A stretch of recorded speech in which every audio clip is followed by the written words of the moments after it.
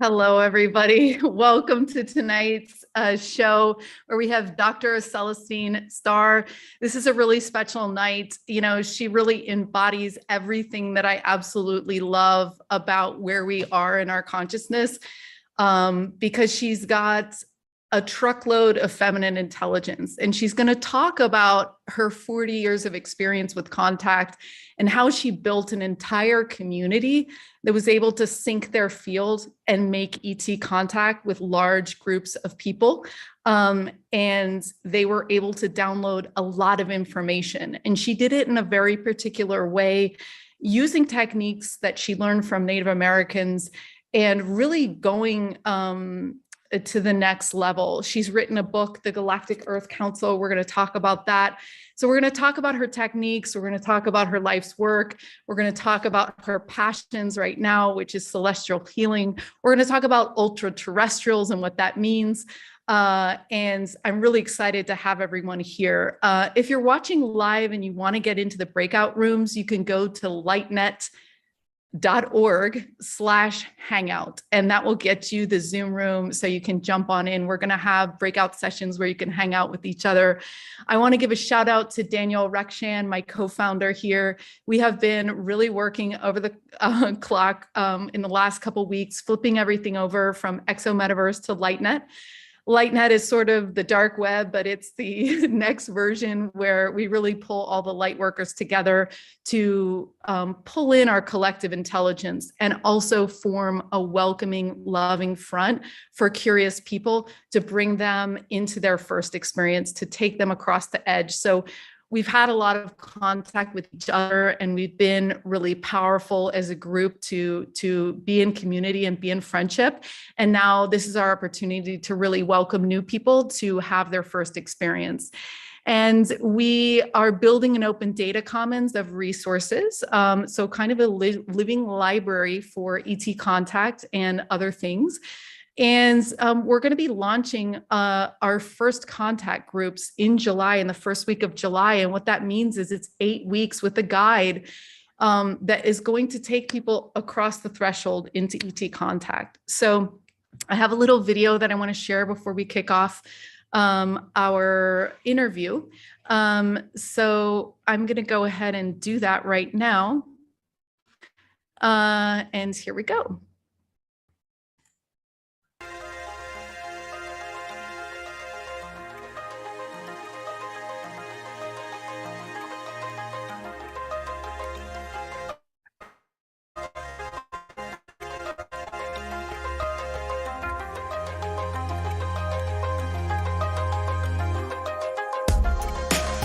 How are we going to do this? We're going to do it in dreams. We're going to do it in meditation.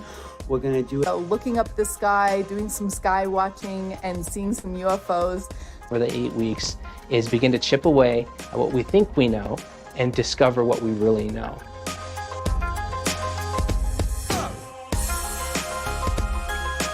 And they're really easy to use and give you a really concrete way to make contact, which you can see and feel and hear. Everyone is a dreamer. It's really important to know that you have 3 to 4 dreams a night. I'm super excited to be your guide on this 8-week journey. And they achieved a 75% success rate, a 75% accomplishment rate of the intention to make contact. We'll have groups that talk about this and talk about everyone's process, how you're doing, what happened to you, how far did you get. We're going to break it down in ways that are simple, that are practical, and that will get us to where we want to go. We'll bring those energies into this terrestrial and human world, and it will open up a realm of possibilities. And what I've learned is that we can all do this. The structure of the atom was mapped first in a dream by Niels Bohr. The periodic table was established first in a dream by Mendeleev, and the list goes on and on.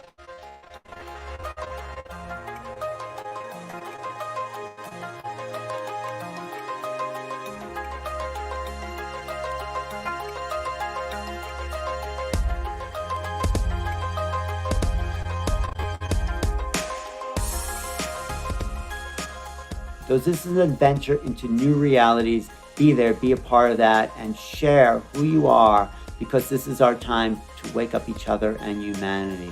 Let's start making contact together.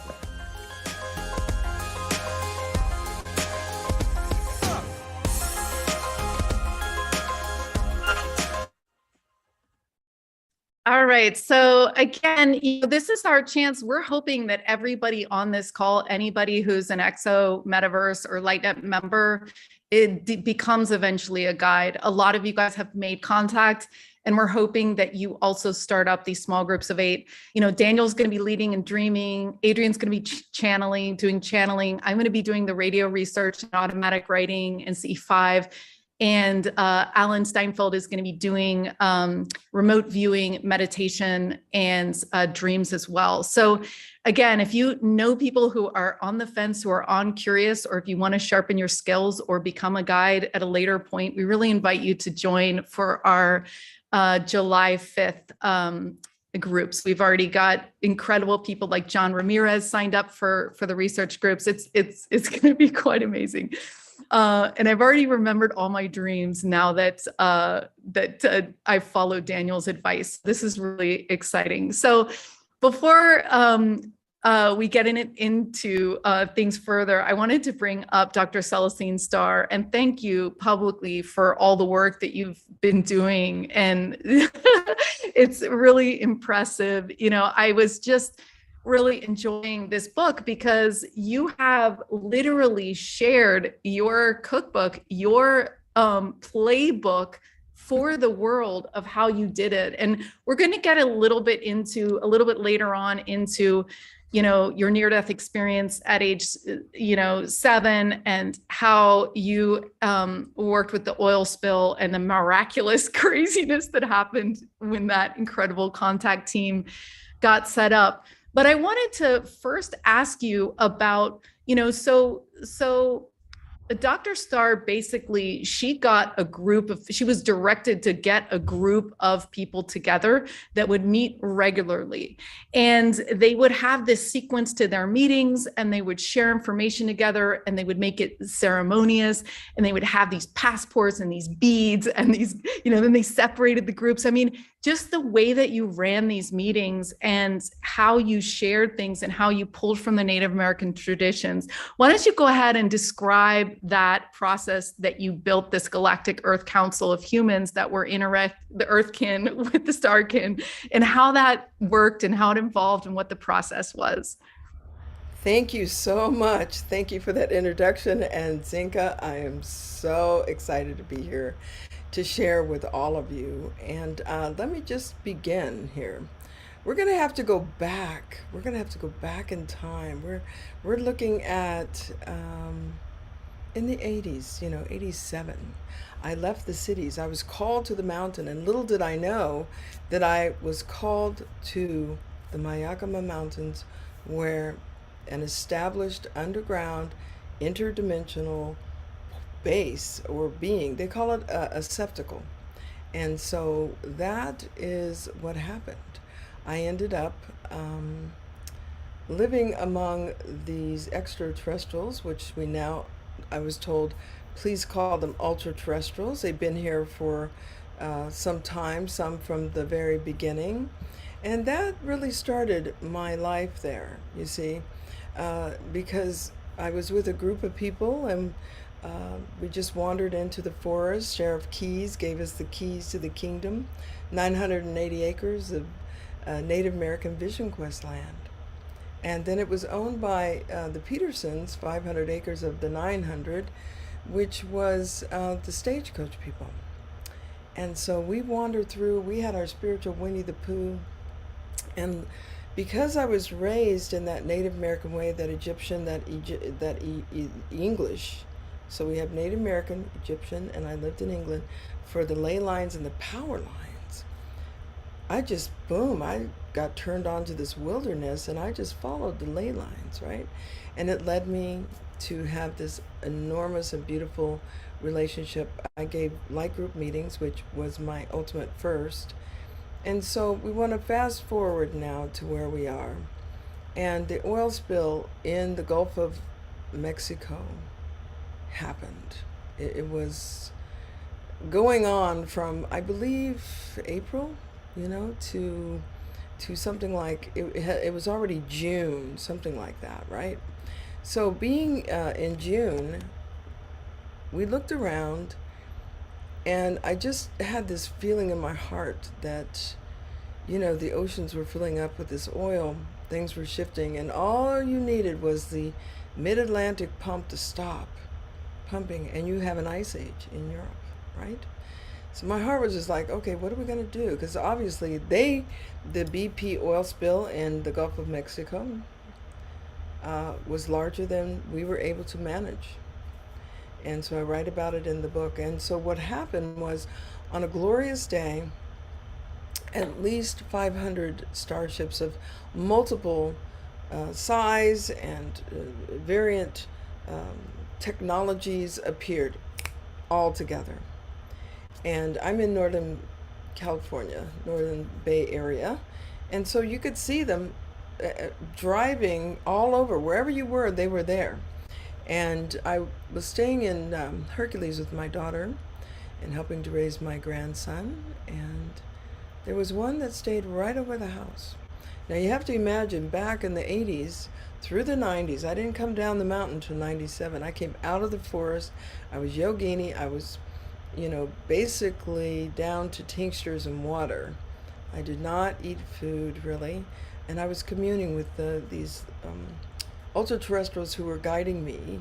The High Spiritual Council, I was introduced to the Galactic Star Federation, and starships, other dimensional fields. I went across the water to the other side, into the cities of light, and so now I'm down the mountain, and I'm seeing these ships, and the mantra they gave me was, glory in the light of the radiant one.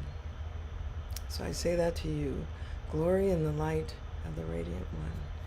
And what it looks like is it allows them to communicate. So I step out on the balcony, and I'm saying to this ship that's been there for 3 days, glory in the light of the radiant one. Blessing, what is going on? Because I'm trying to figure out, why are they stationed, why is there a meeting in California when this thing is happening in the Gulf of Mexico?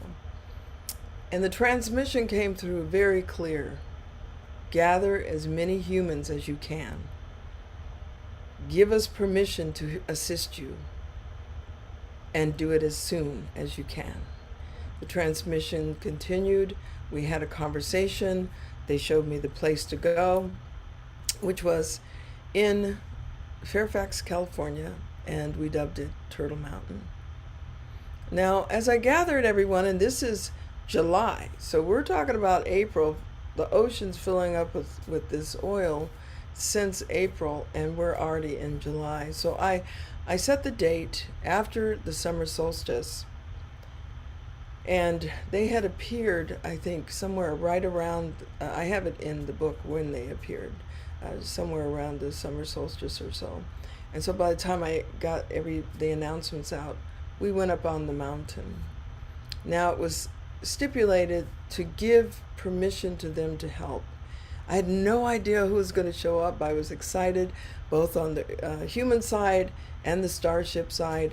I mean, the fleet was out. I mean, everything that you could see, big motherships, miles long, small scout ships. And because I had my eyes open, my synapses could see, but I didn't know who was going to show up.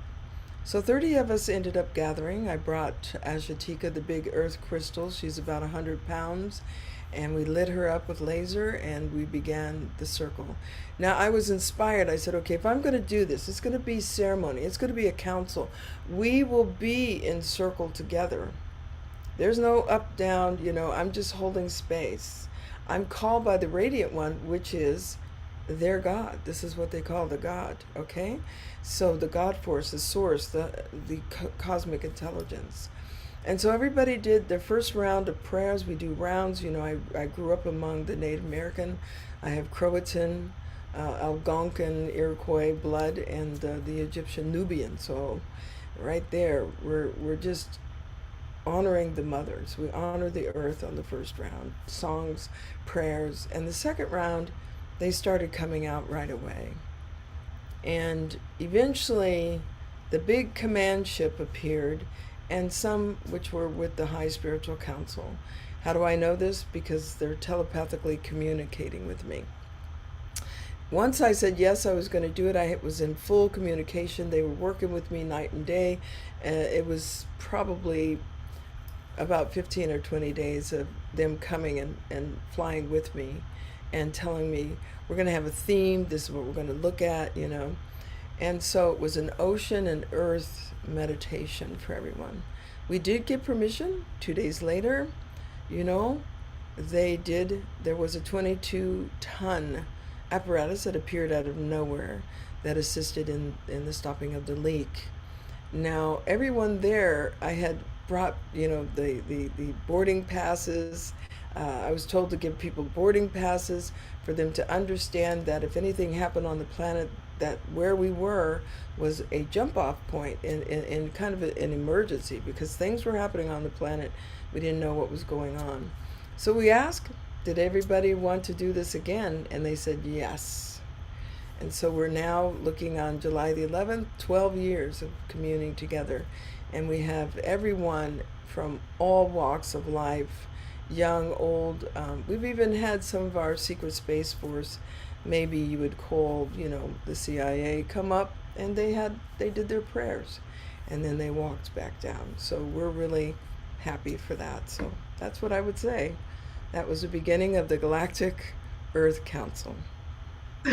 Wow, that's incredible. Yeah, you talk about how, you know, it was like the world was in pandemonium. You know, scientists from all over the world were coming to deal with it. And I've heard that before, that we get that the other realms can't really interfere unless we ask. And so I'm wondering if there's some sort of a threshold that needs to be crossed in terms of the number of people that have to gather in order to like give permission, request permission, all that stuff. And I wanted you to talk a little bit more about these rounds and how you run the meetings, because it sounded really interesting to me, where you open it by welcoming people, and then you you know, share like the intentions and the dreams of the group going forward, and then each person gets to talk about what's coming through for them, and all these things. It's just so interesting, because, you know, Daniel has been talking a lot about how the Native Americans would get together, and this came up in our last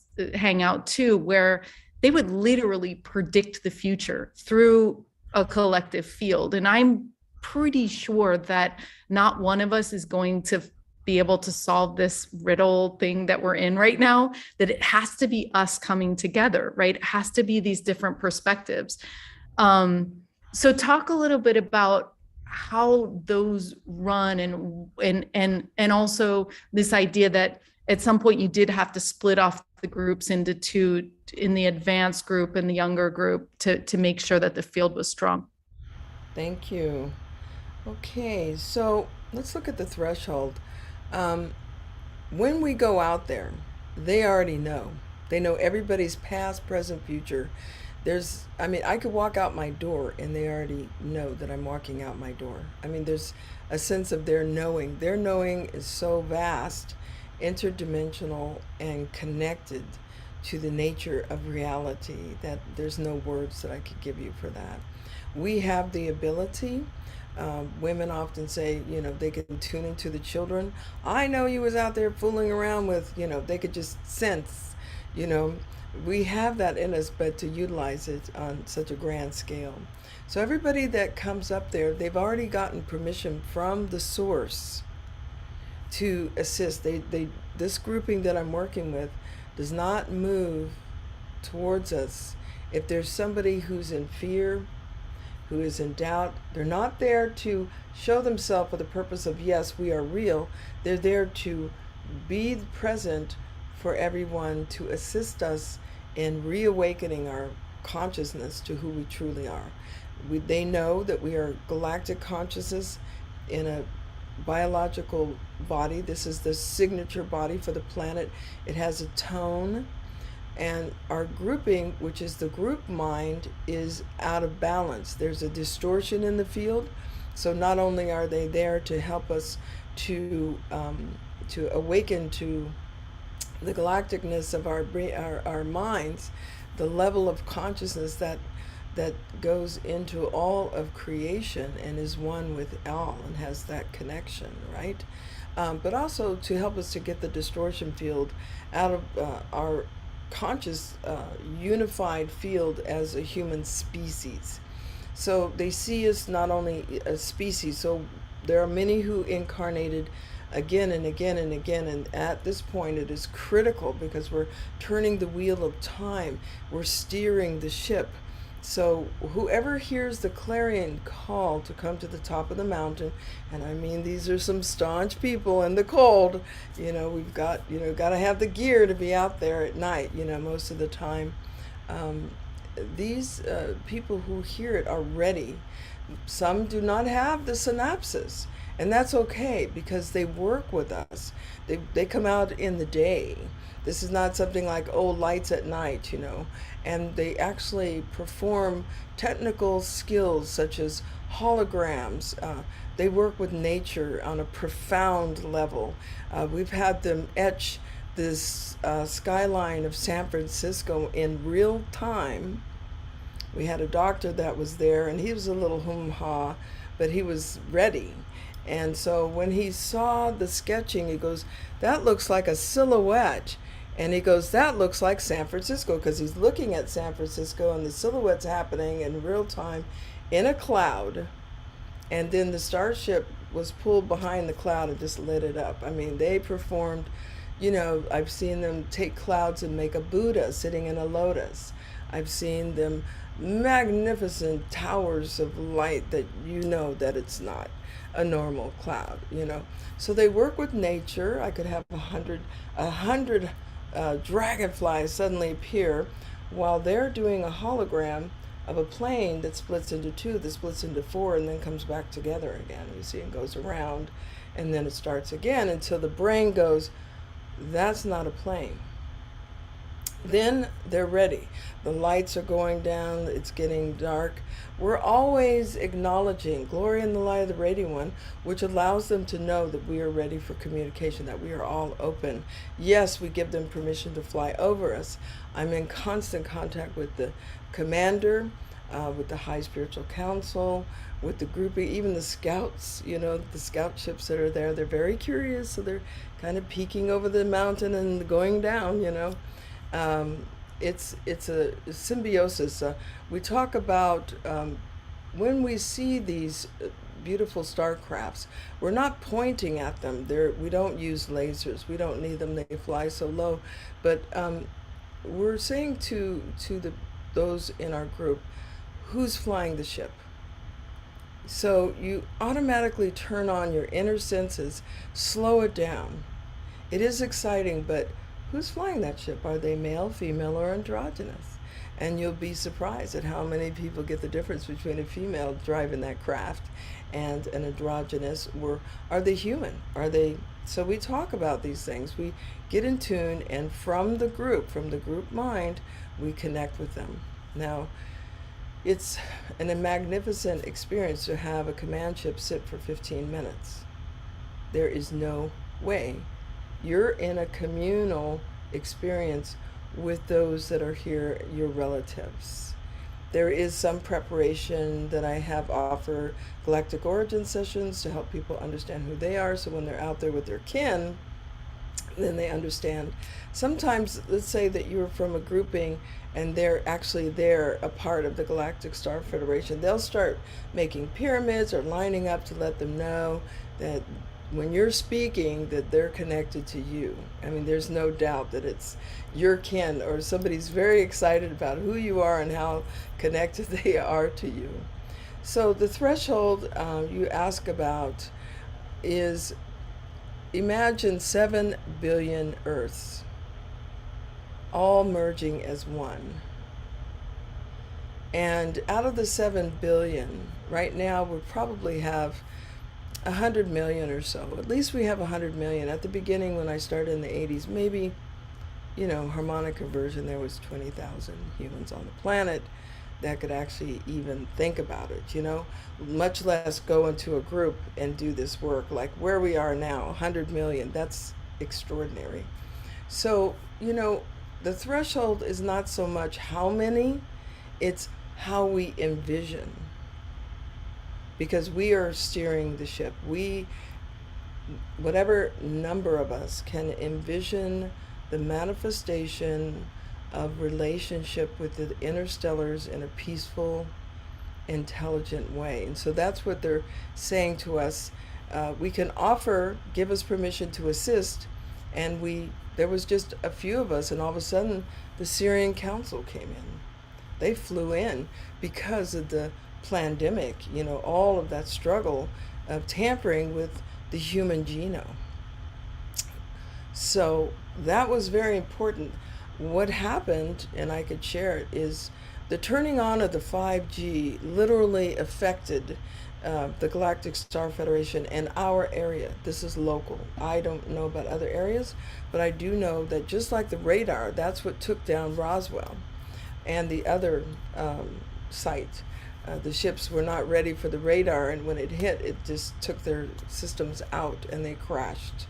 Okay, so this is known through Fred Bell, who was one of the inventors of the radar, and he talked often about what happened after the radar was put up over here in Point Arena in California. So we have this 5G turning on. Also, the space program decided we own the Earth, which they know they do not own the Earth. I mean, to be in reality, if you take a breath, that's who owns the Earth. The one who can keep you breathing, that's who owns the Earth. But anyway, they decided they were going to turn all the weapons on. They have high-grade microwave weapons that go off planet and on planet, things that will affect ships. So the Galactic Star Federation, the High Spiritual Council, the Star Confederation said, we're not going to do a differentiation. We will not create more. You understand? They can go over any area and shut down all electrical systems. And they've done this at weapon stations. My brother was, there at a weapon station, and they shut it down for 5 days. It was a nuclear weapon station. And so, believe me, they have control if they need. They would have attacked if long ago. But they said this differentiation, which is their word for war, so they disappeared. They went into what is called a septical, which is the dimensional field that's adjacent to this dimension. You would call it a city of light over San Francisco. You would call it the Gopi, halls of Amenti, Shambhala. These are all septicals that are interdimensional cities. And when you go through, you go, whoa, okay, I'm in a whole different reality here. But it's a city of light. So I was really missing them. I'm like, where did they go, And then the Sirian Council showed up. And so the threshold is simply not so much the number, but the will within the self. If we envision, or if we have the desire, and we say, we give you permission to assist us, they're already there assisting. Believe me, they're here. Yeah, so we were talking before we started, talking about healing assistance, and you were saying that this was a really big passion for you right at this moment. You shared in the chat the celestial healing tones. I would also recommend, if anyone's watching live right now that wants to get into the breakout groups, this would be a good time to join us. You can go to lightnet.org and that will /hangout, and then that will lead you into the Zoom room so that you can do the breakout groups. But why don't you talk a little bit more, it's interesting you talked about the City of Light, because last week someone told me, they said, I was taken out of my dream, woken up out of my dream into a hyper real space, and they took me to an adjacent place that was better than the Earth, but it was kind of like Earth. Yeah. And they were snapping their fingers and going different places, like, okay, we're going to try this again. And they would, it was just unbelievable. Yes. And so that's interesting that you're saying that. And a lot of people do trans healing, where they basically, they say, it's almost like Reiki. They're like, I'm not really doing anything. I'm just calling in other beings that are actually able to heal. And one of the interesting things about the interview that Daniel did with Ramirez was that I'm sorry, with uh, uh, about the books that have been published about the 4,000 people that have been studied about ET contact. One of the things that they say is 50% of people that have ET contact have a miracle healing. And that was just something that kept me up for days. I was like, this is so fascinating. And I was like, is it because they're raising their vibration? Is it because their ontological shock is so big? Is it because the ETs are healing them? So we'd love to hear more about this idea of celestial healing tones. And I invite everyone to save this YouTube that she's got there in the chat. And I'm going to put the journey into the celestial healing chambers. I'll put it in again somehow it didn't stick, and then I want to finish again. You were asking me about the split offs of the group. What I found, and this is important, then I'll speak about the celestial healing chambers as quickly as I can. There's so much information. In the grouping, we do them in rounds, because the councils that I grew up in, beautiful rounds of, prayers to the mother, and then you opening, and then the second round is more personal. Sometimes I ask, where are we all from? Everybody introduce.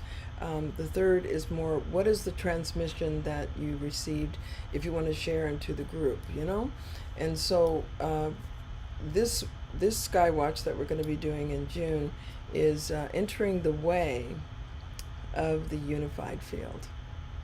And that's the most profound.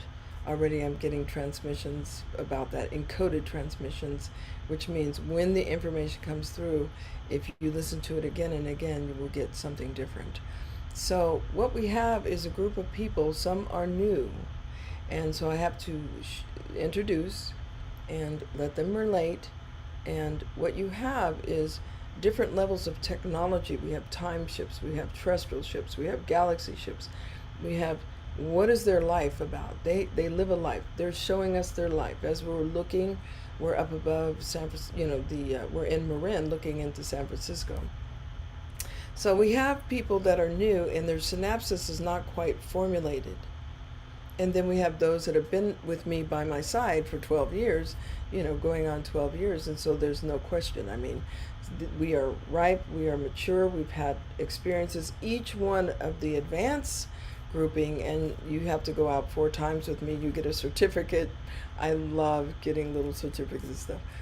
They literally gives permission for the ultra-terrestrials to come closer to the experience. And when I say they come closer, we could have a star being appeared. We had a beautiful star being, radiant ball of light energy that split into 2, and it was a meeting where they were going to come into our circle, and here is this and little, twinkling, Elohim. That's all I got was the Elohim, his little angelic presence, and everybody was silent. But my grouping, which was advanced, even then, they couldn't hold it. When the beings came down to the earth and came towards our encampment, our circle, the fear was so high, they just disappeared.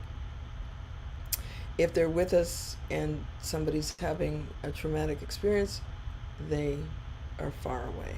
If they're too far away, somebody could say, I think that might be a plane. If they're close, they start doing light sequencing, which an airplane cannot do. They change their color tones, they change the frequency, everything changes, and you can see it. So that, I just wanted to say that was one of the things, that a prerequisite of coming into the circle. And you can feel when a person's ready to come into advance and, to be with us, because I want to not have to explain, but rather we're out there and everybody's on their own, because we're all, as I say, I could take you to the gate, but it's your journey. You have to go through the gateless gate. So that's how I hold it. And then one of my favorite things to speak about now is the celestial healers. So first the Sirian Council came because they were helping to shut down the biolabs. Some of the stuff that happened in Ukraine, the assistance of the Sirian Council was definitely there. And some of the workings of these pharmacies, and having them to really look at changing, this is not something that's a natural thing. from the unified mind to tamper with the expressions of creation. And so if you're into genetic engineering and you're tampering with this Fibonacci sequence of the DNA RNA complex, and you're cutting out things and putting things in, then the galactics consider you of reversed consciousness. The ones who have reverse consciousness are doing it for the purpose of control, to take over the species, to hold the species, and to utilize it for resources. Do not think that they are giving you a RNA transfer in your complex, in your DNA RNA complex, for the benefit of yourself. This is to change you so that you are transhuman. And by that, they even have legal stuff to make you so that you are no longer, you are patented, as they say. So in comes the Sirian Council, and then came the Celestial Healers. Now my experience with them was profound. I'm somewhat of a time traveler, so it's very easy for me to be taken out. I go and I'm with them, and I'm up in the council room. Okay, so the council room is very vast. It's one of those things that's very interdimensional, and there were the Celestial Healers. There was thousands of them, thousands really, and they were all prepared for humanity to assist. Their joyousness and what I could call pure love can be felt the moment you are in their presence. There are, some intelligence, ultra-terrestrials, extraterrestrials, interstellars that do not have emotional abilities. So they're neutral, but they're loving neutral. You could sense their care. They care about us. And then there's those that just see us as resources, or as we look at our distorted field of consciousness, barbaric, But the Celestial Healers have that emotional implant, and it's just a natural part of their being. And so I was given Shalinar. Shalinar has been helping me to manifest the vision that was given to me when I was quite young, to have a healing center. Now, I've had many, many healing centers. I've owned spas and things like that, but this would be, what they're looking at is practitioners that are ready to interface with actual ultra-terrestrial, with an intelligence that is beyond this planetary system. So Shalinar and her team agreed to meet with us, and through my guided abilities, we gave the encoded transmission, something like what you were saying, the transmission where you're channeling through, and people lay down, they cover you in the black gold. It's like a dark gold. It's so wonderful. And eventually they give us this for healing our bodies and stuff, this dark gold. And then the team seals you in a silver capsule, and they lift you off and take you into the healing chamber. The healing chamber is one in which you can be interactive with the healing that's taking place with you. There's digital readout in the common language of Shalinar, and she's 10 foot tall.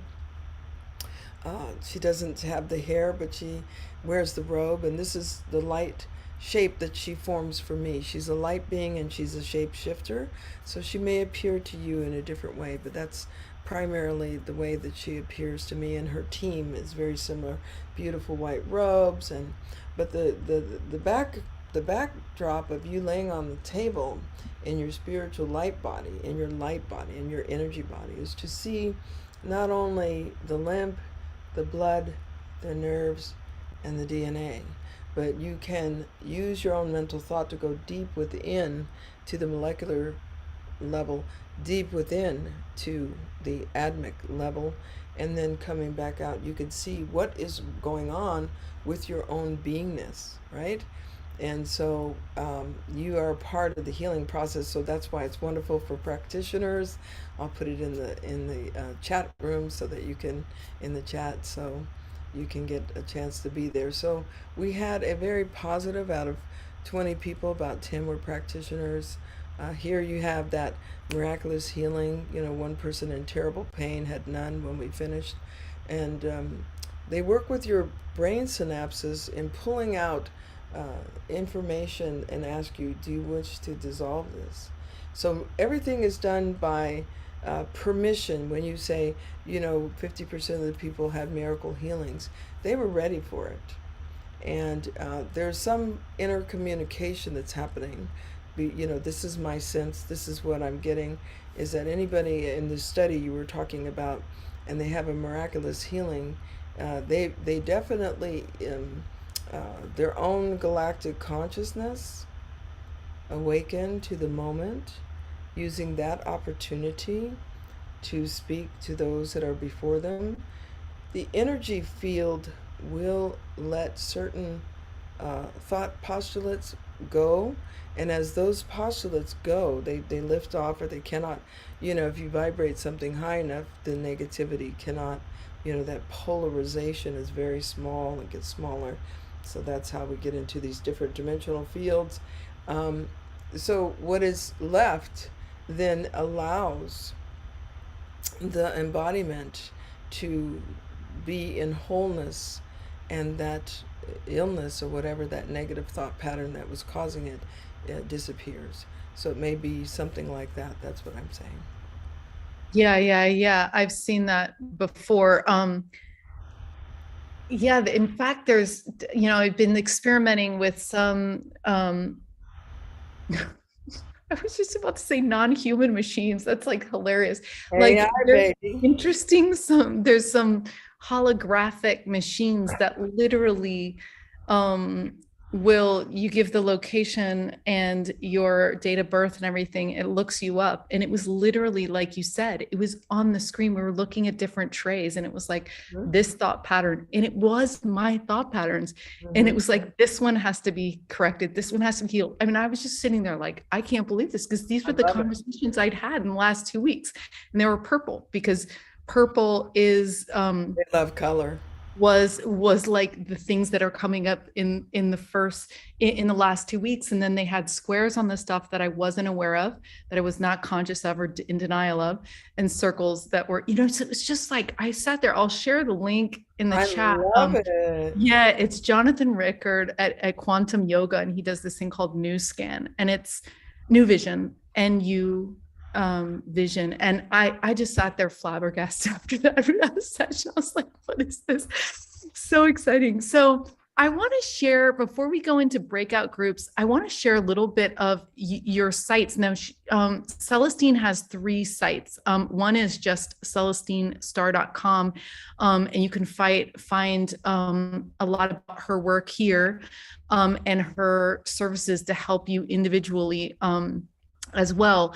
There's also, this is the Golden Life Wisdom. So this is her, this is this new program, this, you know, this galactic healing, right? And you can also get an ebook. I'm sorry, is this connected with your new venture to do the galactic healing? Oh, absolutely, because Yeah, it's okay. important that this was given to us by Meso, Keeper of the Books. And I was told that I should keep it in a more grounded station. But I do, when you get the book, you are getting everything that I was taught. I've been teaching this before the secret. There's much more in it about how to manifest your life, because if you do this 5 times, and I've had people do this 5 times, then you know you're connected to the creation. You are responsible for everything in your life. And this is what you don't like, is what you process, you polish your mirror, and you get on with, you know, envisioning for the new. So this is my way of offering a free ebook for you to learn. That's great. I'm there if you need any assistance in that as well. And then there's also this group that she's started, founded, nurtured, led in this council, this circle of knowledge. It's called Galactic Earth Council. This is some of the cloud formations she's talking about that literally are not clouds. They can't be clouds. There is like, that's a Stargate. I watched it open. whoa. That's the real Stargate. Whoa. Yeah. This is 3 command ships there. And there's your book, which I was showing people before. and you have activations as well. So very cool. I think it is really great when people orient in the beginning to, we're going to talk about the different races. Now we're going to talk about ET races, and we're going to talk about guides. And we're also going to talk about your near-death experience at a young age. But I want to put everyone in breakout groups now. So this is going to be recorded. It's going to be up on New Realities. It's going to be up on Portal to Ascension. It'll be up on the Lightnet YouTube. So you'll be able to capture this later. If you go into breakout groups, this is your chance to hang out with each other, talk to each other, talk about any healing you've received, or how, I'm starting to think, because when we do the spoon bending, Jack Houck says there needs to be a minimum of 15 people to do it, because he taught 16,000 people how to do it. And so I think it is kind of important when we're really on the edge of this creation and these things, to be in community. So that's why we encourage you guys to get on ET Let's Talk, find a group near you. There's something about being together. And also that's why I just really think Celestine Star has a great way of doing it, which she talks about in her book, of really how to hold the circle and to do it in a really beautiful way. Like, not I'm the leader, it's more like, let's do these rounds, and they hold a crystal, which is the heart crystal, which, people get to talk just like the Native Americans do, and they get a bead for when they come. And like, there's just this really cool way you're doing it. So welcome, Robin, and other members, Val, Lisa. So I'm going to go ahead and do the breakout rooms. If you don't want to go into the breakout groups, just don't accept it. I'm going to be moving people around a little bit. The prompt tonight is, have you had any healing experiences or CE5 experiences that you want to share, or if you just need support? There'll be 5 minutes for each person. Give that person the talking stick. You don't have to respond. We'll get back to you in 20 minutes. So I'm going to assign you guys, and I'm going to jostle you around to give it the right number of people in each group, 4 people in each group. So don't start talking right away, because I might move you around. Okay, so Dr. Star, why don't you talk about your childhood experience, and I'm going to go ahead and put people into the breakout groups. Okay, so just to begin with, I started as a metaphysical child. Our family was not religious in the sense, but they were more coming from the Hermetic philosophies and the mystery schools. And I was a metaphysical child. I was talking to the wind and the thunder and all the elements. And, so I was in a deep dive study with nature. And so I came to understand there is an intelligence beyond. And that is what held me until I was 6 years old. And I had the near-death experience. And that's when I went through the light. I was pronounced dead. I went through the light and into this dimensional field where I met 2 beautiful blue beings of light. They're still with me. And they guided me through this heavenly place where, angelic beings were floating, going past. It was like a little city, I didn't know what it was. I never looked to see if I had a body. I just knew I had a consciousness. And then I had the reading of my life.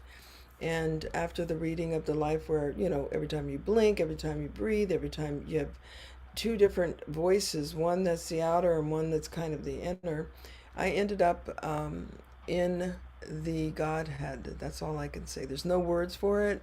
You cannot express the infinite. It was the infinite intelligence. I surrender my breath whenever I speak about it, because it was so high.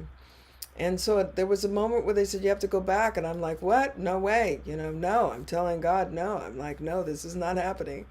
And they said, well, here it is. And they showed me my life and what I would do. And I said, okay. But I need to have a part of my consciousness in creation, in this place. And they said, yes. So I came back into the body. I was probably in a coma for a little bit. And not probably, I was. And it was very difficult to wake up and have, 12 strands of DNA actively working. I would look at someone and I would get the infinite understanding of their past, present, future. if they spoke, I'm going to speak this way, the path would be open to them and their life lessons would go in that direction. I mean, this is instantaneously. I'm trying to figure out at the age of 6, I'm trying to figure out, like what happened, why am I back here, what's going on, why is my hands not moving right. I spent a lot of time looking at my hands, and then having to go to school and seeing mathematical formulas on the walls, and the teacher trying to teach division and this and that, and I'm way. So eventually kind of shutting that down. So we were in Alaska at the time. I ended up in New Mexico, where quite a few things happened in New Mexico, and that was the atomic bomb testing. And it was, different things happened, like they decided to test several bombs in the atmosphere. And when they did that, they ripped the sky. They literally tore the sky in two, and all of us around for miles could see the sky was, black, pitch black, and then there was a delineating line, and there was a normal sky. And we're like, what's going on? The Native American went crazy. They absolutely couldn't believe what was happening. So they called the powwow, and they did the ghost dance for the first time since the 1834, when it was banned. They were calling on the spirits.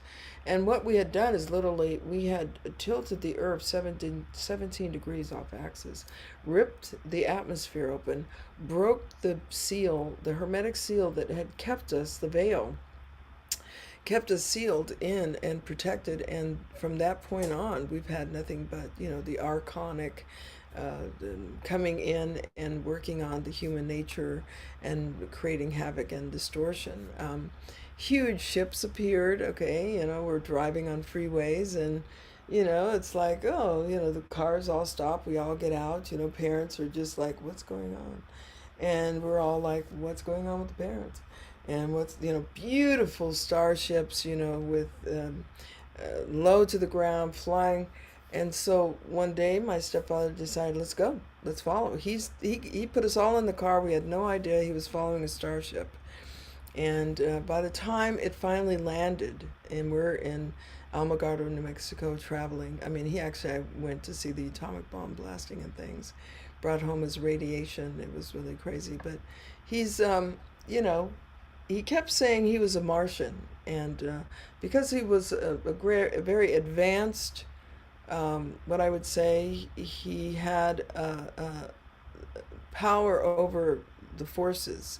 And, I was being groomed to be somewhat of a magician with a K, the magical people. So the alchemy, hermetic, all this was for that. So he decided he was a Martian. He was going to go see his clan, whatever.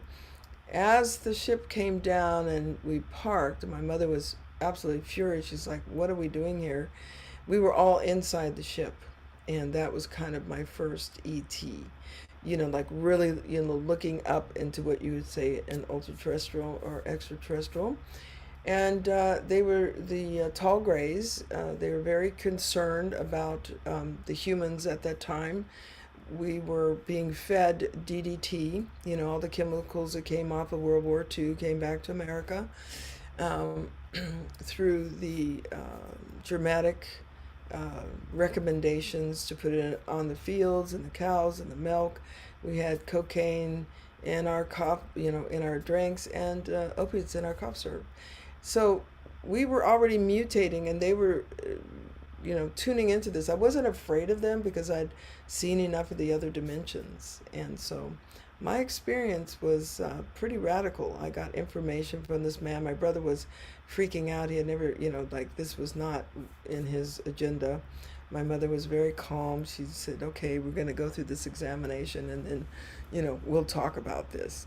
And but they never talked about it. But we became avid skywatchers, and that held me, and basically until, I started, she passed in 85 in California, and I began trance mediumship immediately after. It was like a reaction. And so the different races of, Metatron, You know, Meso Keeper of the Books, he was the first, and Metatron, Chiron. We had a God force that came through. I mean, talk about coming through your body, and part of my body when I came back in was missing for about 3 days, and I knew I had to get it under control because I was just going out at will. I wasn't really in control of when I was shifting consciousness. And so I learned a lot. We learned a lot. Small group of us awakened as you merge your consciousness with someone of a higher intent. And this is Commander Ragael. He tells us that it helps to evolve. So all of this channeling and working with people's consciousness, the merging helps the synapses of the brain. It helps those that are hearing the channeling because the frequencies that they're working with to transmit and give the information allows us to remember. The RNA, DNA starts activating. And even though they shut down 10 of the strands, we can activate those strands, and that's what I think a lot of the rising of the frequencies is helping with. So, yeah, I think I'll just leave it there. It's funny because I really love the way that you speak. You know, you're like for people with ears that can hear and eyes that can see, and you talk about the reawakening instead of the awakening. Everyone's talking about the awakening. You're like talking about the reawakening. And so that's making me think what you were just talking about of how, yeah, so somehow, you know, and I was described to it like it was almost like a circle. They were like, you started out as source and then you fell. We all fell gradually down. And so we're trying to get back up to that point, you know, and it's just this gradual, you know, life, you know, thousands of lives later or whatever, you're working your way to remembering back to that other higher frequency, that higher instinct. I'm like really fast. I'd like to share on that when you Yeah, get yeah. Let's keep that point too, the circle. Okay. All right. So getting back to that point, go ahead. I want to hear. Well, yeah, I mean, I was going to start with sort of another question. So if there's something you want to say about that, then please do. Yes. Yes. Each one of us, think of your name. Think of who you are. We are birthed as a vibration that is indestructible. So they call it monadic. The monad, the vibration, the ultimate vibration of who we are is indestructible. As we radiate out into the cosmos in all directions, the integral sovereignty of ourself is in the center. And from there, timelines, ribbons of time, ribbons of energy produce drop-down situations and interdimensional fields, which produces Zenka. But your original frequency, which holds the expression of who you are, and each one of us is an expression of the source and its experience in this creation. So this comes from Meso, Keeper of the Books. And he says, you know, each one of us is an expression. So we can learn to become God's self. They call us the human seed consciousness because we're learning to become God's ourself. There's more than one source. And so when we see ourselves here and we can connect to our original monadic self, which we call the divine, which, you know, is in that place that is integrated into the whole of the cosmos. Through our dream time, all those timelines start to come to integrate, and we connect with the dream time is all those lines of beingness, the radiation of the radiant field of who we are. And if you wish to keep the timeline, associate with those beings, if you wake up and something's not right, you could fix it, you could cut the timeline, you could dissolve it. And so a lot of this, what's going on right now, is dissolving the ability for the dominant ones to control humanity. We cut the timeline and we step onto the timeline where we are now unified humanity. So that's been the choice. There's two timelines now that's working out. And if we step over onto the, you know, it's like, don't look back. You know, don't look back, Dorothy, you turn to salt. But, you know, stepping onto this new timeline. So the monadic self is now sending down energy to where you are, Zinka. And you're waking, you chose the perfect moment to awaken, to play out the timeline of your expression of the purpose of why you're here. You have a destiny purpose. And so each one of us, and that's why it's so disheartening when somebody's taken out or, you know, destroyed or oppressed or suppressed, because that expression of the creation is now not fully realized through our own will, you see. So that would be more what I would say, instead of a circle back to get, we're not fallen, nobody ever falls. We slow down our frequency in order to be inserted into this hologram. This is all a hologram. And so the hologram has a certain frequency, 7.83, but that's now dissipating and it's higher. So in other words, so what's that doing? It's causing the frequency of Zinka to interact in a different way. So trying to stay on a third density timeline doesn't work. So there has to be a shift, you know. And we could say it's fallen, but I don't, because that's like reverse thinking. It's almost like no one ever really falls. We just modulate our dimensional field and then we're there. You know, we made an agreement to do something here, and it's marvelous and it's beautiful and it's fantastic. You know what I mean? So, you know, it depends on what you do with what you're doing here. So that's what I would say. That's an amazing visual, an amazing knowledge that you're sharing. I love that idea So my next of like seeing this casted out, and they're literally roads, and you're choosing at any moment, and that's what we have to return to. And that's why I feel so passionate about Lightnet and what we're doing, because knowledge and heart frequency is the liberation that we're looking for. And we must come together, or else a few control the many, when the many is supposed to control the many. There's like literally, it's another architecture, and we're there. We're going to get there because we're already there. People already know. They have a taste of it. No one wants to be told what to do anymore. You know, it's just like no one wants it. And once we taste that, we don't want anything else. How do you know when you're evolving toward your divinity, your more divine version of yourself? What are the clues? Like, what do you feel? How does it work? Like, I love that question. That is such a beautiful question. Okay. What I could say to you is there is a journey that you can take into your inner self. This journey is called a galactic origin journey. And it is an encoded transmission from the high spiritual council. When I say that, that means groupings of intelligences that are connected to galaxies and the cosmos on many different levels and interdimensionally. They do appear in starships. They have the only fleet that has insignias on it, has writing.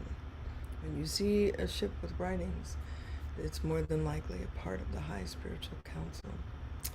So they brought down to us this way of taking the journey back into the first time you came to Earth. And when you arrive through a process of connecting to your primal awareness, so one of the things that humans have, we have this critical thinking, reasoning. Our left brain says, well, I don't know, you might be making that up, see. But this exercise in self-awareness starts with the primal awareness. That means that part of you that is your mental thinking that's outside of your brain synapses. It's a part of you that doesn't necessarily experience your life on Earth. It is connected to the knowing.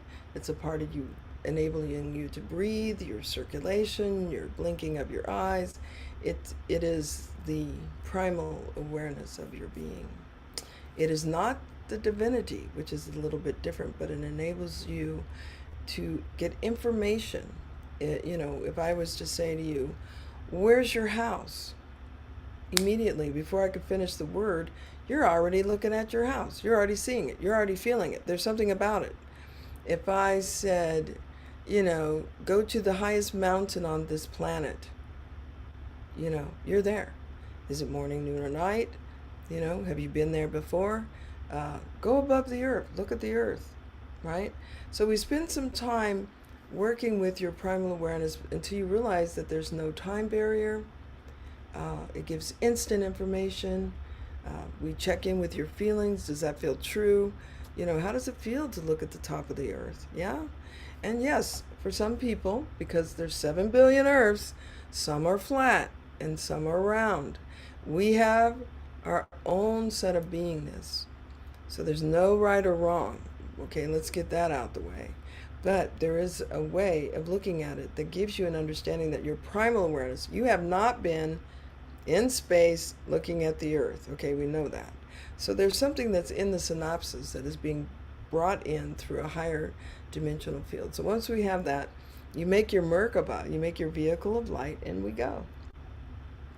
And as you journey to the most beautiful place, back in time, through the barrier that separates the signature humans from the interstellar, you go through the barrier, and then you're on your way to the timeline.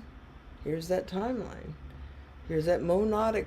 All the codes start opening up, and you remember exactly who you are, why you came, and you know what you're grouping. Were you by yourself? Were you an explorer? Were you a meteorite that exploded and ended up on Earth? I mean, I've done thousands of people, and you meet your star kin, or you meet yourself, and then we go back to where you came from. There's many who came to Earth in the early days to encode it with different patterns and information. Many light beings.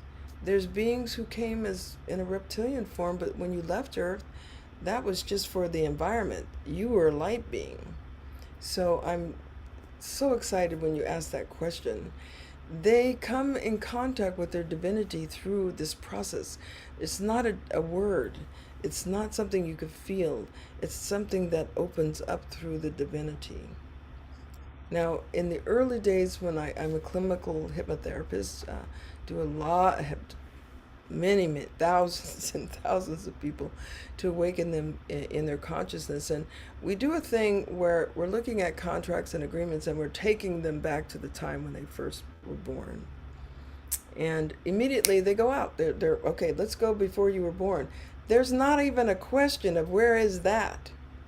You know, you just automatically go there. And so I said, okay, your embodiment right now is divine.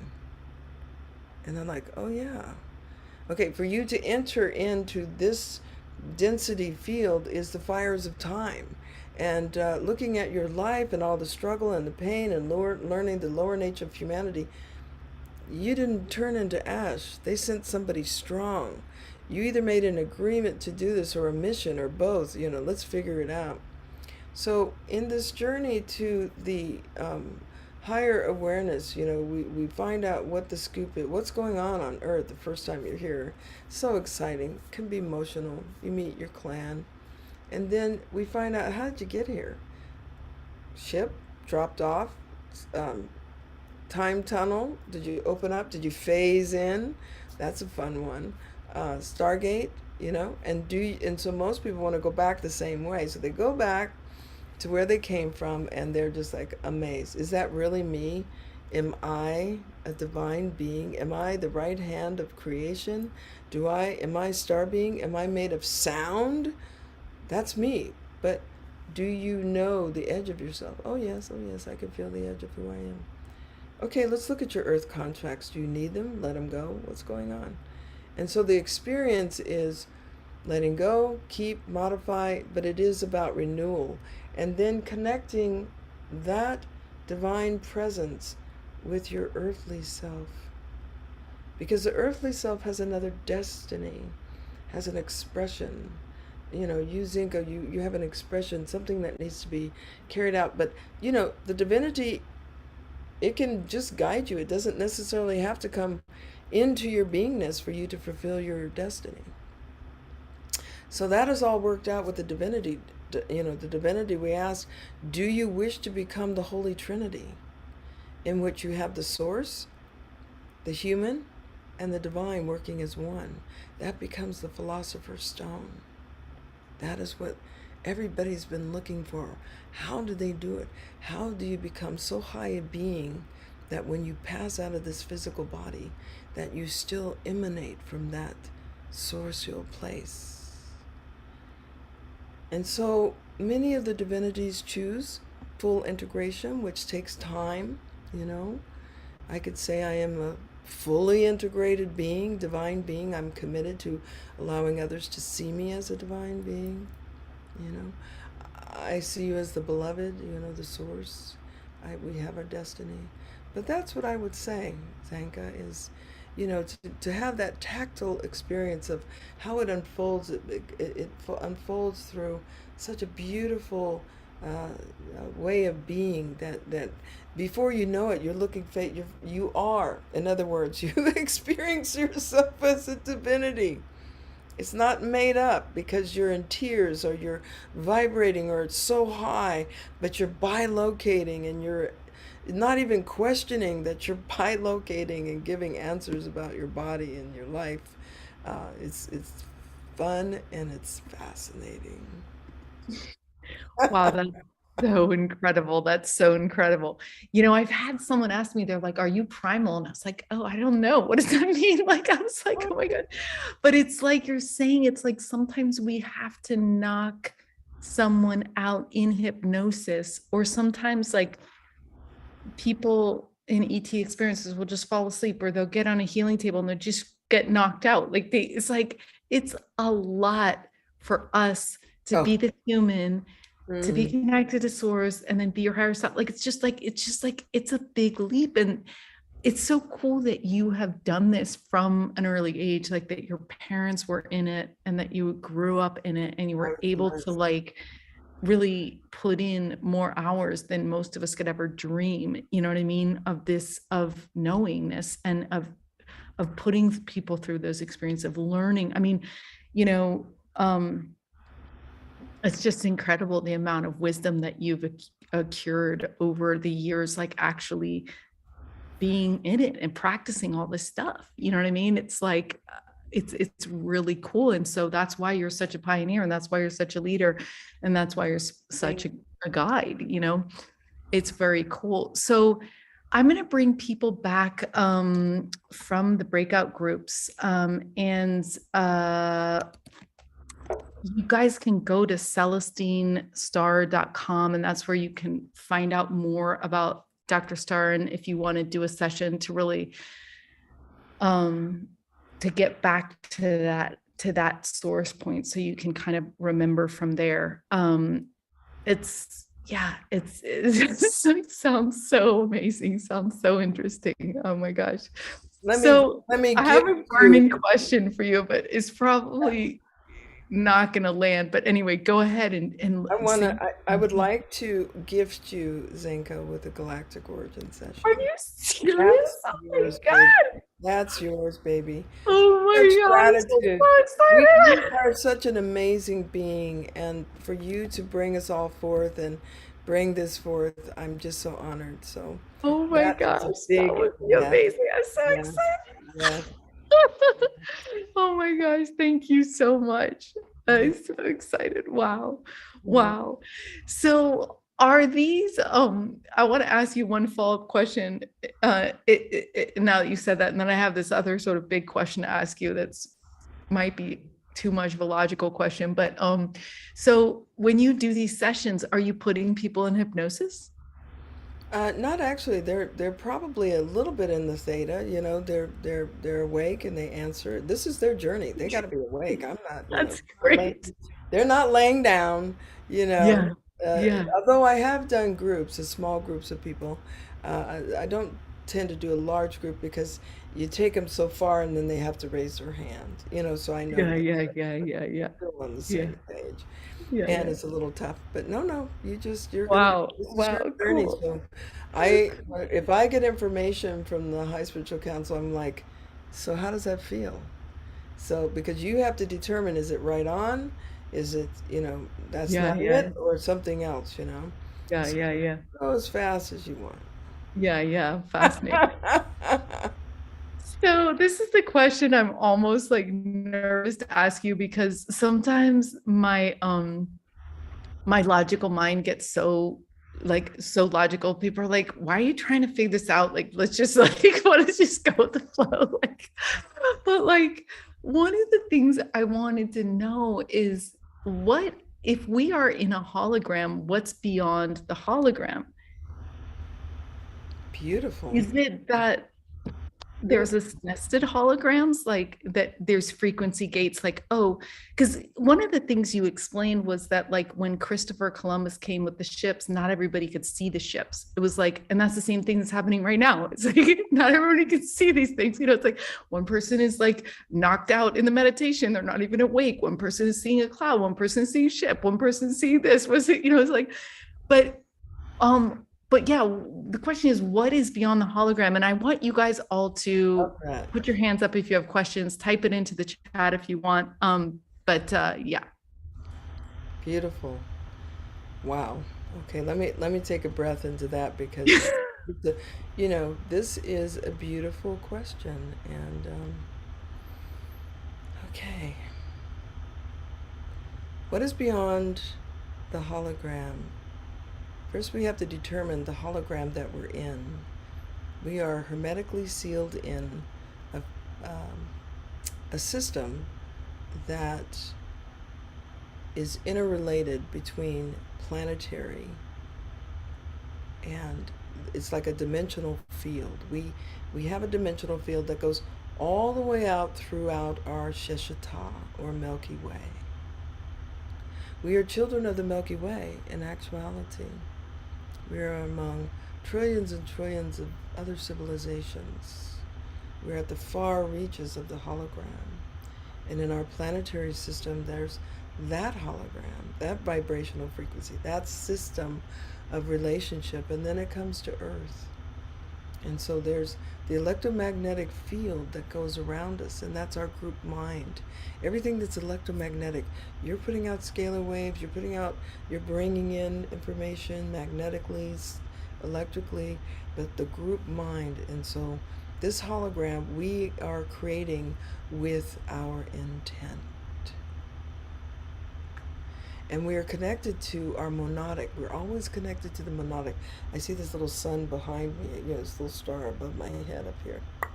And that would be like the monad, My divinity is always with me, guiding, When we give our soul away, we're lost. We're like, what do I do? I don't know what's going on. Soul retrieval immediately. And when the soul comes back in, it knows where to go and what to do, But the hologram then is nested like Russian dolls.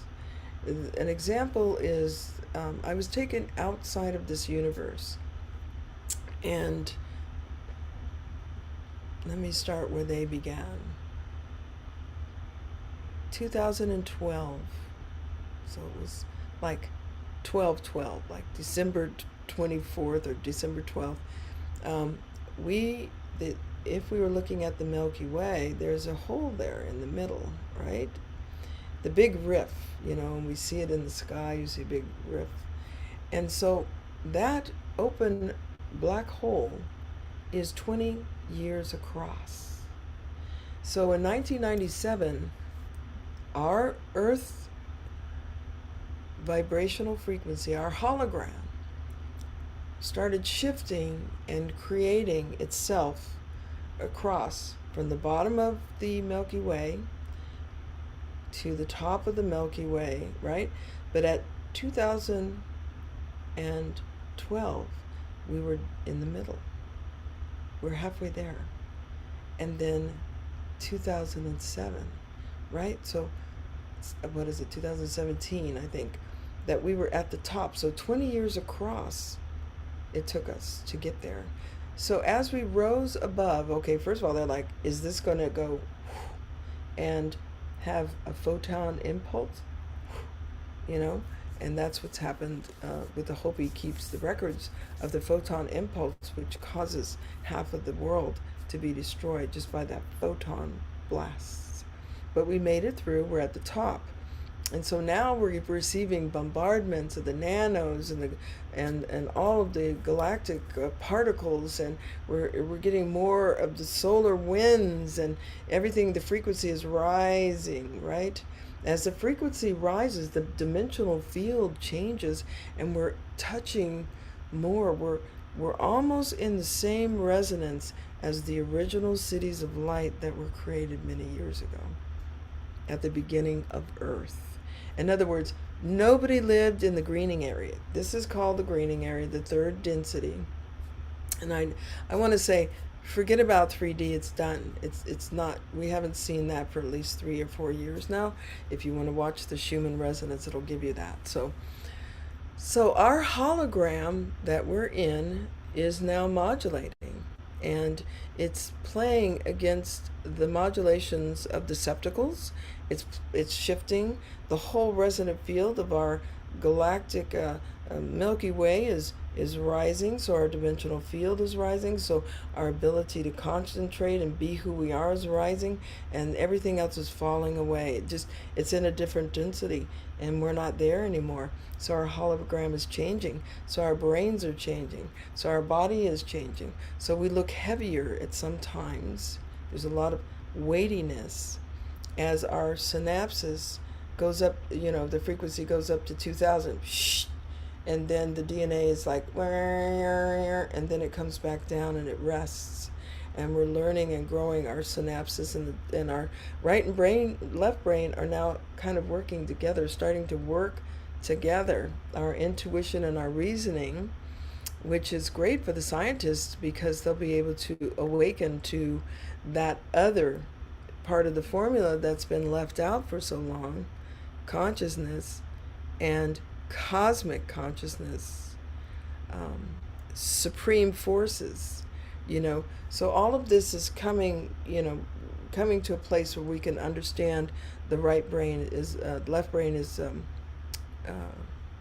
is being matched by the left brain. Both of them are being matched, and the harmonic frequencies are now enabling a different outlook, a different manifestation. So when we intend in our heart and we see different, we manifest different. So we are literally changing our hologram to be equal with that which is inside of us. As we polish our mirror, which is very important, get rid of the shadow. It's not worth it to hold on to it. Let it go. Let it go. The time for processing is almost over because it's really the frequencies that are pushing humanity forward. The time now is to sit and feel every human on Earth and realize that we're connected as one through our circuitry. And we can begin from that point to begin to manifest. And they tell us, we've got this big chasm to go across. And the big chasm is that we begin to act like one species, begin to recognize the oneness, and then manifest from there. Right now we're scattered with all kind, this religion, that religion, I'm this color, you're that color. Who cares? We're all humanity.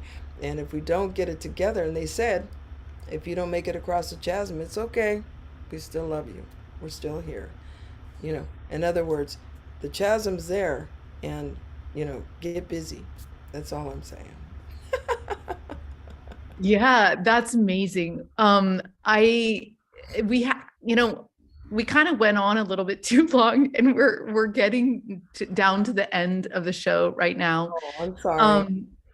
No, I feel bad because I asked, I think, too many questions. We closed the breakout groups a little late, but we have a question from Susan. If anybody else has a last minute question, we might be able to take one more after Susan. And I think you just basically answered this. Okay, Brennan, you'll be next, and you'll be last. And again, my apologies for cutting the Q&A short. So Susan is asking again, and I think you just asked this really in the last question, like, what can we do collectively to help humanity rise above any like non-optimal timelines and help shift to the fifth dimension and beyond? So that's her question.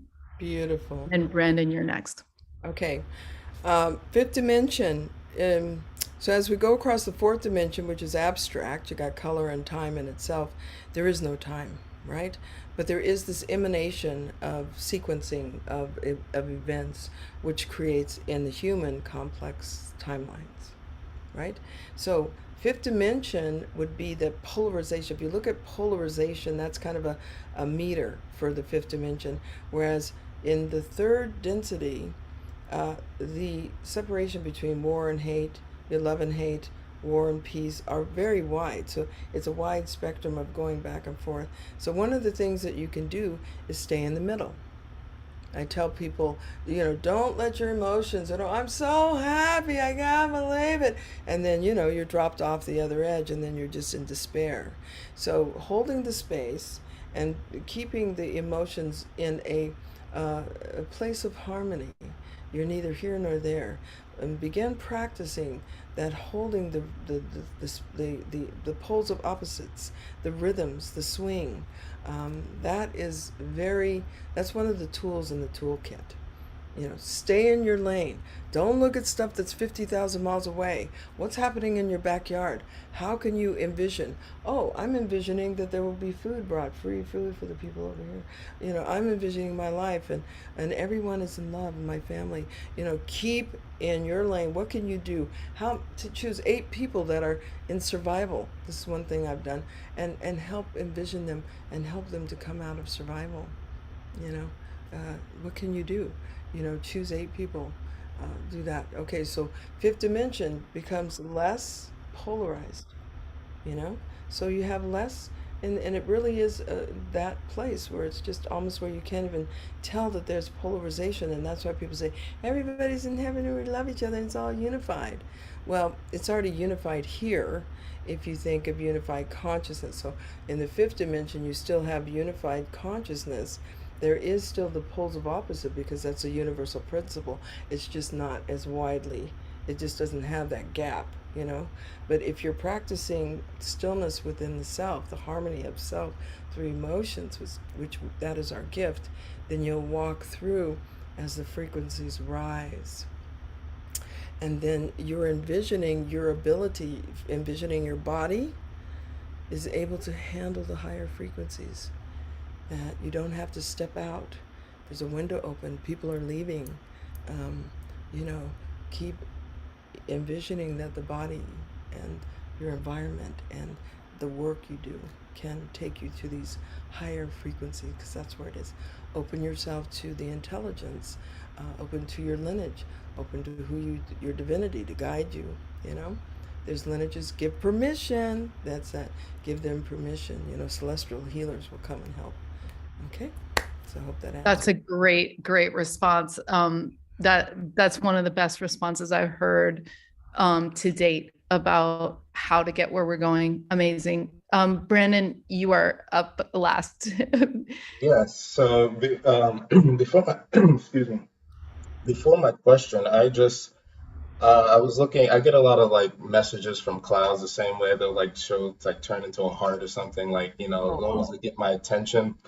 And it just occurred to me now that when I was looking through your book, the sky opening up to reveal the throne of God, I seen that 3 days ago, and I just didn't know it was the most beautiful thing, and I just kept like turning my head. I'm like, what is? It was just, and then when I saw that, I'm like, like all the synchronicities tonight.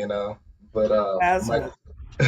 my question is, like, when you said earlier when you were like learning to kind of like shift dimensionally, do you uh feel like during that time did you get like a lot of like nauseousness and like have trouble like almost standing a little bit? Because I have been getting that a lot, and I've been and I can tell it's not like out of like the ordinary body like functions, because like the when it happens, I start getting the tingly feeling before, and it's not the anxiety where you like have a out of body experience where you're being pulled, but it's like everything's just kind of nestled, but like vibrating high. But then like I start, like I see all the like the little like orbs of light that always flash all the time, but they become so much more present. Sometimes I'm like in the gym and I'm trying to keep cool, but like, but it's been happening a lot. But I notice like sometimes when it gets too intense, I start feeling like the lightheadedness and the nauseousness, and sometimes I'm in public when it happens. So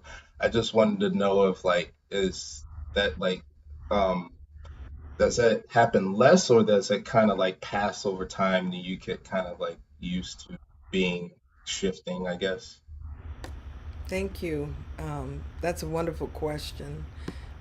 I'm excited for you. One of the things is to learn how to run your energy so that it's not spinning you, but rather that you are in tune with your frequency field, because it's a natural process. I never really got nauseated. I think I'm a star child. But I did have to learn uh, to open my crown more. It seems like you should contract to hold on, to make yourself steady like this, but it's really like letting go and opening your crown, and you could feel the energy. It's coming down through the system. It's like if you were to jump in the swimming pool, it's coming in all directions, but you feel the stabilization in the vertical. So the column, the three positive, negative, and neutral column in the back of the skull is important, that you run the energy from the North Star, that's a point, and just let it run straight down through to your sacrum. That So makes a lot of sense because yeah, I am normally am trying to contract and everything, and I think it makes it worse. it does actually, because your heart starts going and your body's saying, "What? Wait a minute, I know how to do this," you know. So expansion. So I'm going to give you that.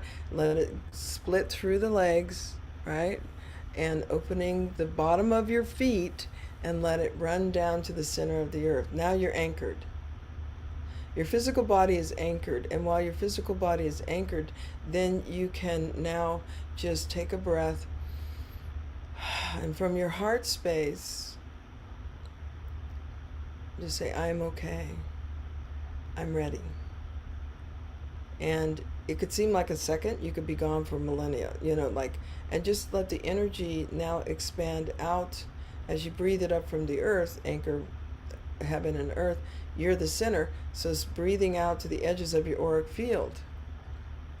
Okay, so that's where you breathe, from your heart, not from your breath. In this area here, you're going to breathe from your heart, and then that's going to slow down. So now you have the power to slow the energy down, and you have this channel, the vertical, the horizontal, and you can seal yourself in a mirror-like energy that seals your psychic field, so that the mirror is facing out, shiny. They could see you. Dull side out, they can't see you. You're invisible. But since you want to be happily connected to your lineage, you probably want to put the mirror. And then once you understand what's contacting you, or what the energy is that's coming through, then you can give them permission. But I wouldn't give permission till you know who's contacting you and what this is all about. Have you been reaching out to contact someone? Yeah, with well, I normally get regular like contact with my guides, and I learned how to like open Akashic records a year ago, and now like the communication is like always there.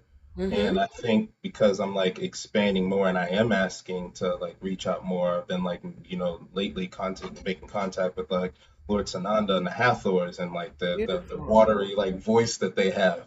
Yeah. And it's so it's expanding. So I guess because I'm asking more, I'm getting it, but I guess I don't know what I'm doing physically, or I'm probably overthinking it too much and like just so So ask them for symbols. Always ask, even if they say they are Sananda, are you of the light? Because someone can pretend that they are. And so that's why I'm saying I get a sense that you should close in your psychic field and just choose one. Don't be, until you're grounded enough to understand. They'll give you a symbol. The symbol will appear before they start talking to you. And then you can relax because they're like, well, who's going to talk to me? You know what I mean? And so I think if you keep it at one, that you feel trusted, and they do say they are from the light. If you ask a being, they must tell you, are they from the light? And then once you have that, then you're on your way. And one step at a time, you're working with intelligence. And so these forms, they're made of light. They're not gonna, they can morph in. I've had time with the immortals. They can morph in and have a form, but are you ready for that? And so this holding on, it's like, okay, if you're gonna jump over the fence, let's do it, and do it grounded. Okay. Thank you. You're welcome, my dear. Have fun. Awesome, Brandon. Amazing work that you're doing. So exciting. Dr. Star, is there anything else you want to say as we close? Scotty had a question, is asking you if you work with the Guardians. So as you close, I don't know if you want to address that or if time permits for you, but thank you so much. And we'd love for you to share any final words that you have. Beautiful. I'll just speak to you all on behalf of the High Spiritual Council. Kemeruskana atifshnamakarukana skana teteshe. Jurnamo este semakanasnakara. Tinama hurama este fertomona makanas. The time is now. Glory in the light of the Radiant One. Your love radiates out in all directions. Because you are connected to your love body, you are the chosen ones. Do not deny yourself, but rather be at peace. And know that a new chapter has already formed. The chapter is formed and you are the ones. You are the diamond in the field of grass. You are the angel. You are the presence, the divine one. Have trust in that formation of self. On